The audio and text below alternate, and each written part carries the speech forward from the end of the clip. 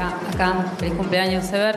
Verónica Brunati para TNT Sports. Quería preguntarles a los dos, una de las portadas del equipo muestra a Messi rodeado de jugadores y aislado en el intento de Francia de aislar a Lionel Messi. ¿Se imaginan que esto puede llegar a darse mañana y cuál puede llegar a ser la respuesta futbolística ante este planteamiento, especialmente para Ever, que es el socio de Lionel Messi en la selección?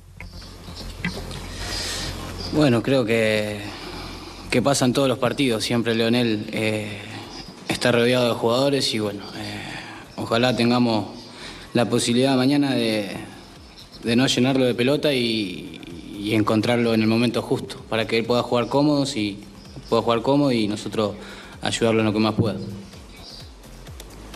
Sí, yo también creo que obviamente que nosotros también, más allá de que Francia tenga un plan de neutralizar a Leo, nosotros tenemos un plan para potenciarlo. Entonces, bueno, va a ver quién tiene mejor conducta de imposición para llevar a cabo ese plan. Pero ya te digo, Argentina tiene al mejor jugador del mundo, pero también tiene jugadores capaces de poder complicar a Francia en otros matices.